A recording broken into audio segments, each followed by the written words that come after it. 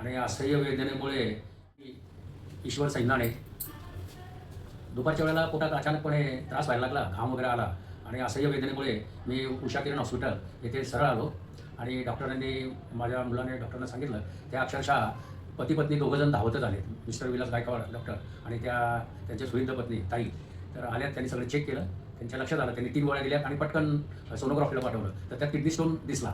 त्याच्यानंतर वास्तविक आता मला हर्नियाचा त्रास होत होता आणि मग त्यांनी योग्य ते ट्रीटमेंट दिली आणि एक 3-4 दिवसानंतर सगळ्या प्रकारच्या चाचण्या, सगळ्या प्रकारचे उपचार वगैरे करून आणि मग स्वप्नील बोबडे डॉक्टर स्वप्नील बोबडे यांच्या नेतृत्वाखाली माझं एकाच भुलीमध्ये, विशेष म्हणजे किडनी स्टोन आणि हार्निया या दोघांचा अतिशय यशस्वी आणि खूप सुंदर प्रकारे माझं ऑपरेशन केलं. मला कुठल्याही प्रकारचा त्रास आणि कुठल्याही प्रकारचं चिंता, काळजी, टेन्शन अजिबात नाही. रोज मी बघतो सारखं हे अर्ध्या तासाला 1 तासाला यांचा स्टाफ अतिशय गुड आहे एकदम. त्यांचा धन्यवाद द्यावा स्टाफला सुद्धा, तेवढं कमी आहे. सारखे येतात, गोळ्यांचा काही प्रॉब्लेम असेल, ही आत्ता घ्यावा दादा, ही नंतर घ्या, अशा प्रकारे सगळ्या प्रकारचं. म्हणजे एखादा एज्युकेटेड असेल, नॉन एज्युकेटेड असेल, शिक्षित असेल, सुसंस्कृत असेल, परंतु सगळ्यांना त्यांच्या पद्धतीने हसत खेळत हसतमुख राहून आपल्या ह्या उषा किरण हॉस्पिटल हडपसरगाव, तर इथे अतिशय सुंदर आणि मनासारखे, विशेष म्हणजे मध्यमवर्गीयाला परवडणारं असं हे मल्टी स्पेशालिस्ट हॉस्पिटल आहे.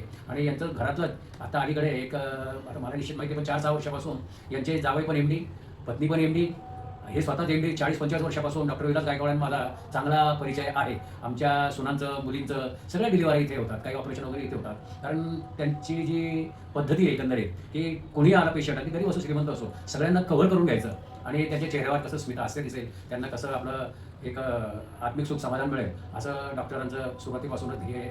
त्यांचा जावई पण हे मगाशी बोलल्याप्रमाणे हे बोबडे साहेब, त्याच्यानंतर त्यांची मुलगी ही मात्र गोल्ड मेडलिस्ट आहे त्या क्षेत्रामध्ये, ती पण इथे आहे.